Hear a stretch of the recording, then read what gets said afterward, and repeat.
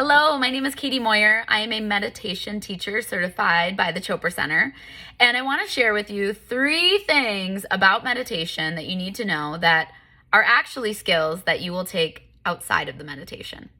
Because at the end of the day, meditation is nothing more than going from activity to silence. That's it. It's simple.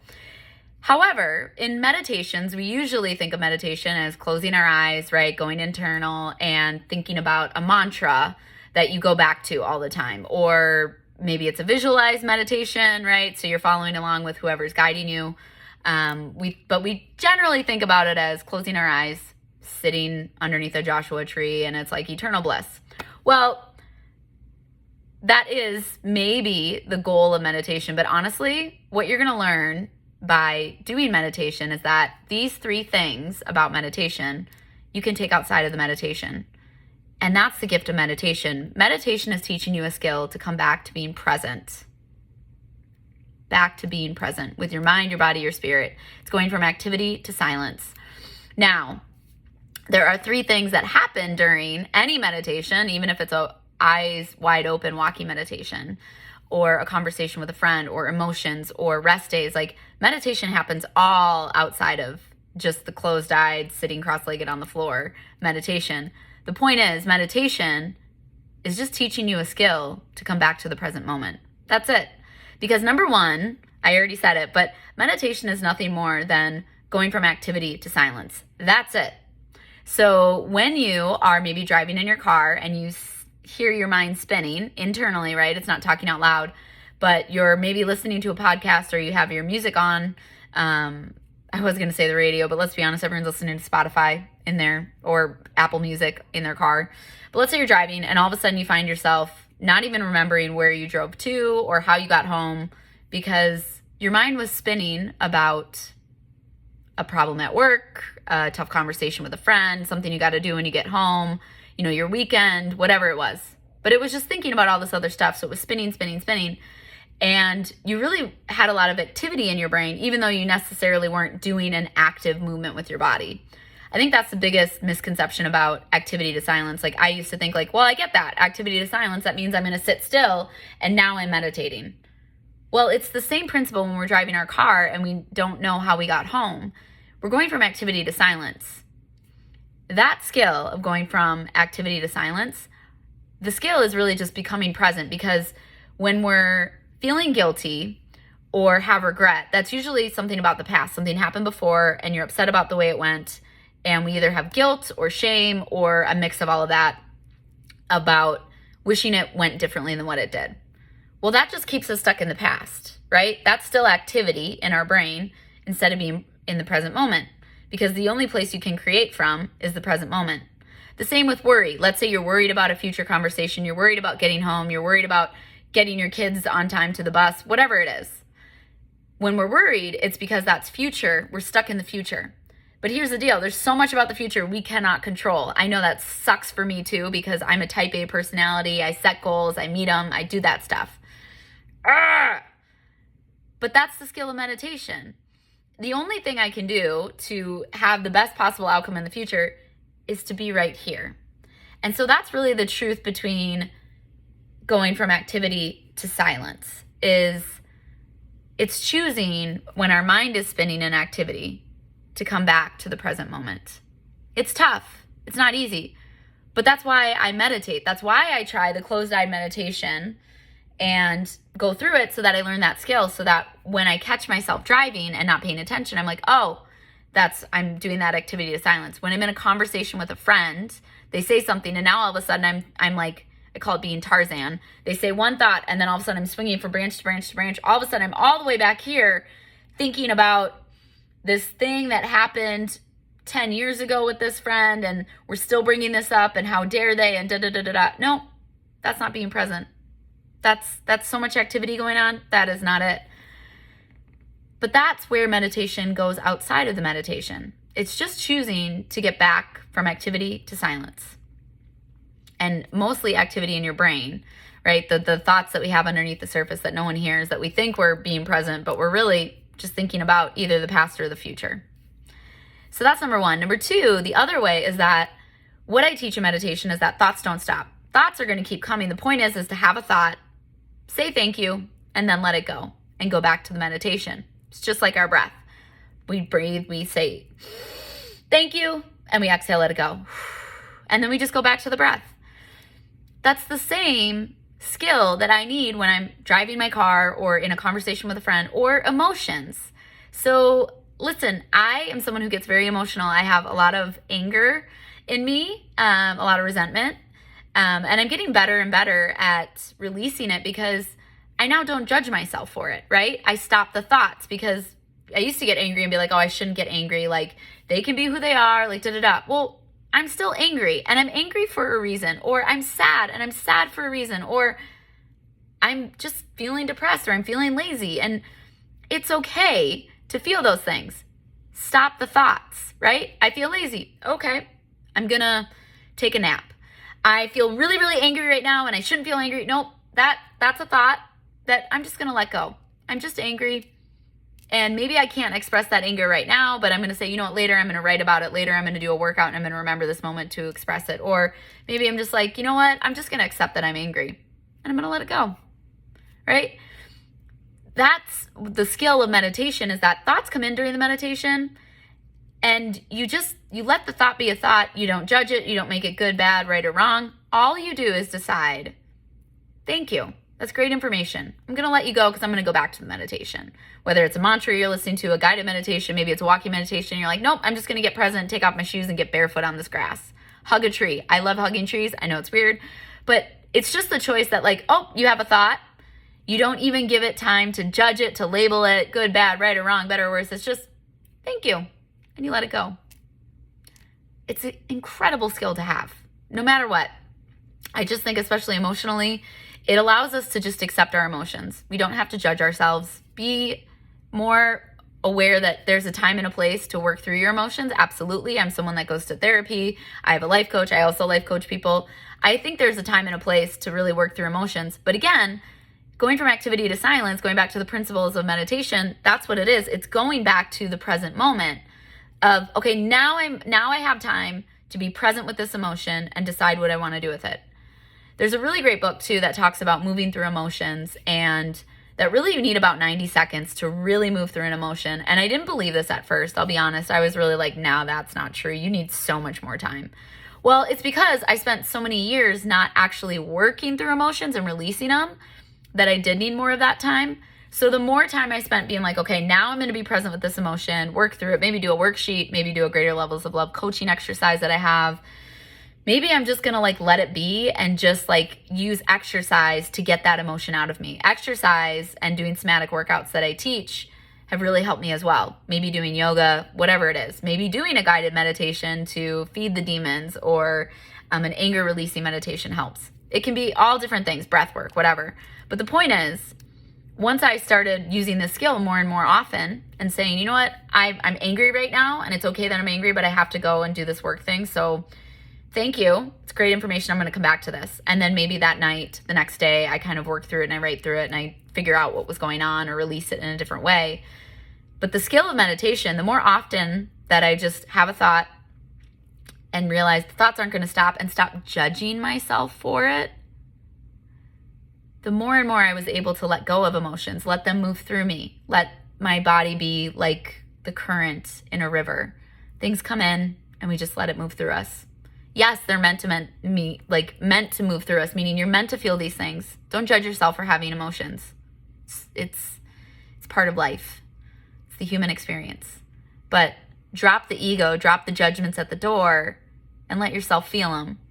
Even if you can't feel them or express them in that exact moment, make time to get present and go from activity to silence and be present with it when you do have time.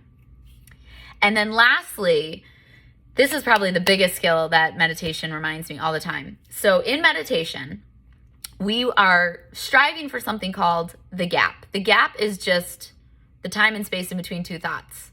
It's as simple as you ask yourself, like, gosh, what do I want for dinner? And then there's a gap, and then you think, I want pizza. That tiny gap, it could have been milliseconds. It could have been 10 seconds, everything in between.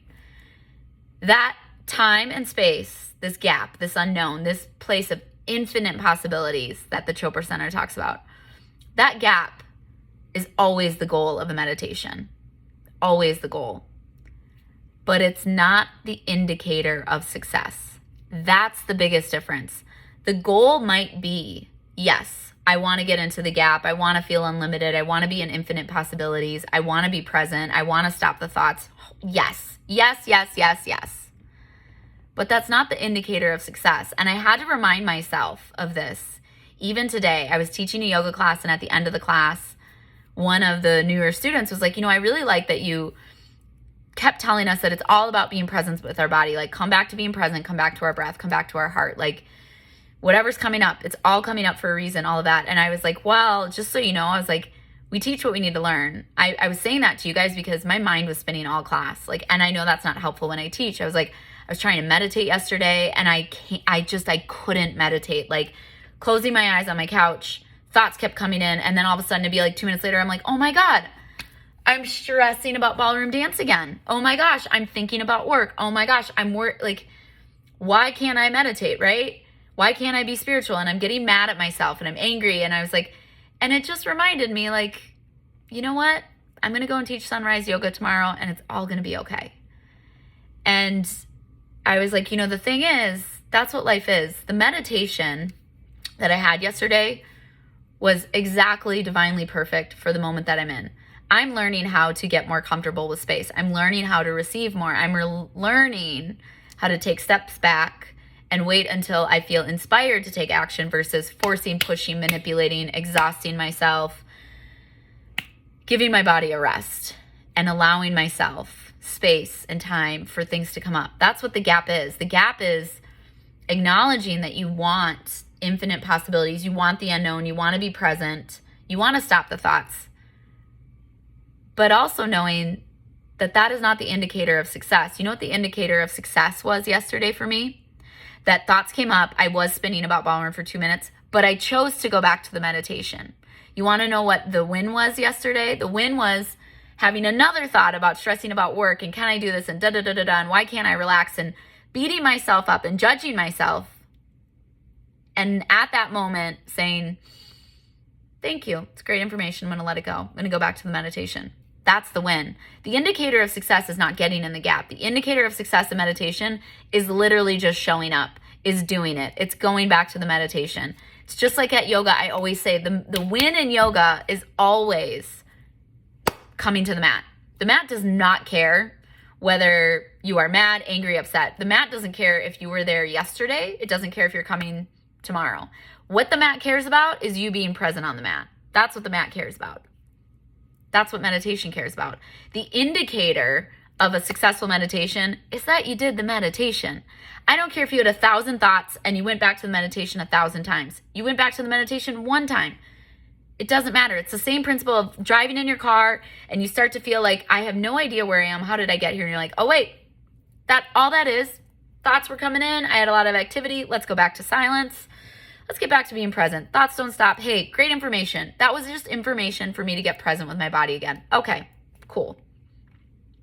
And you let it all go. That, oh my gosh. If I knew that starting with meditation, I feel like maybe my meditation journey would have been maybe a little bit more expedited, maybe a little bit more efficient. However, because I now know so much about meditation, I know that my journey with meditation was already perfectly and divinely in the exact steps that it was meant to be, because I can now help inspire other people to start meditation practices. And not just because I think meditation is great.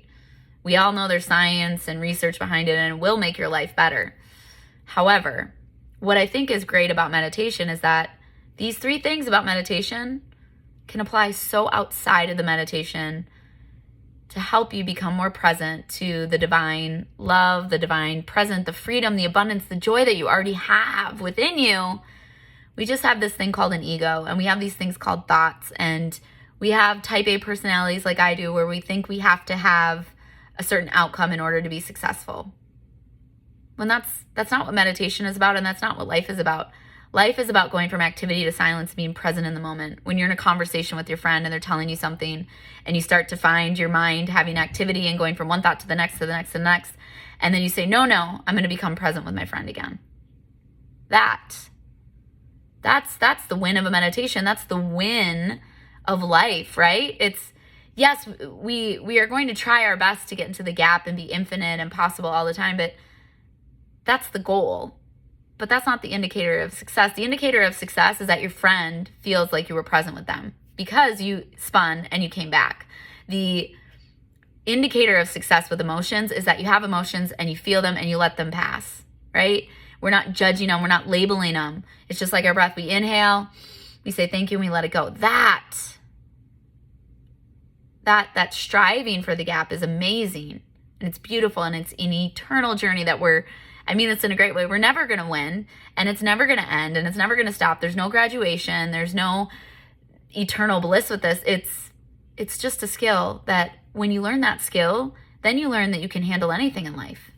Because whether it's a work problem, whether it's a tough conversation with a loved one, whether it's, you have to deliver bad news, whether it's putting yourself out there for a big goal, a promotion, asking the girl on the date, asking the guy out, or telling someone you love them and you don't know if they're going to say it back. Like, all those things are what happen in this human experience. And we have all these emotions that come up. We have all these things that distract us and push us and put pressure on us to either live in the past or the future, to be in guilt or in fear of, the worry and anxiety of what's going to happen, versus no, all we can control is right here.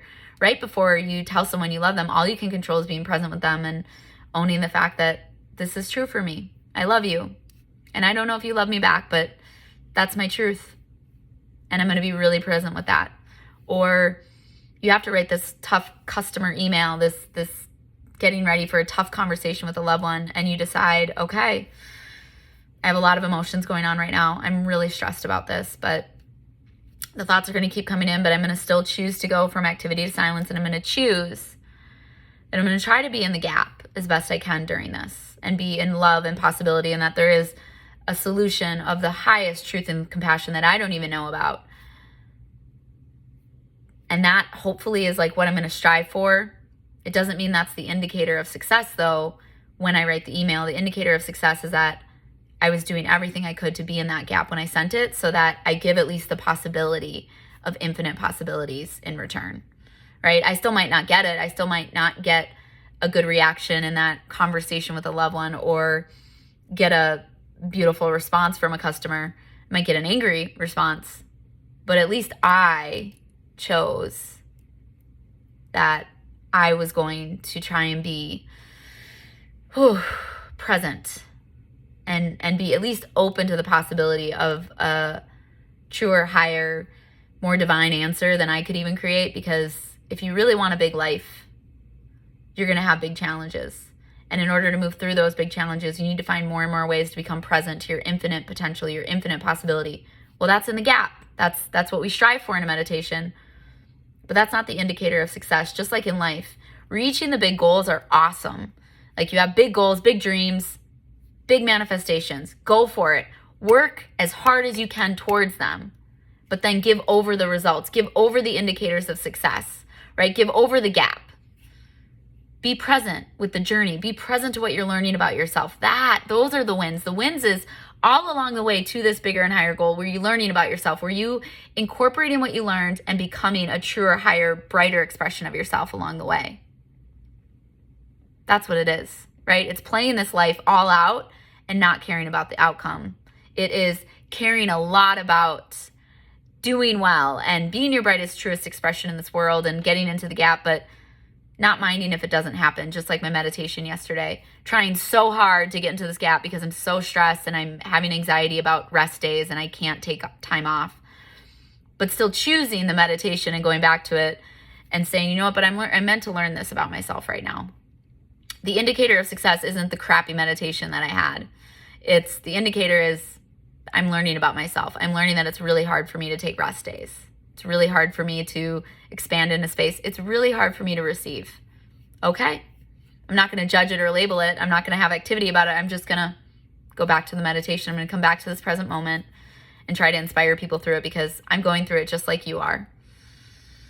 Meditation, I never thought I'd be a meditation teacher. I could only meditate when it was after a very hot, intense 90-minute Bikram yoga class, when I was absolutely exhausted and there's pretty yoga music in the background. Now I'm a meditation teacher, and I still beat myself up over the fact that I haven't figured this out, when that's not the indicator of success. The indicator of success is still choosing to learn about yourself, still choosing to strive for the gap, but not letting getting into the gap be your definition of success.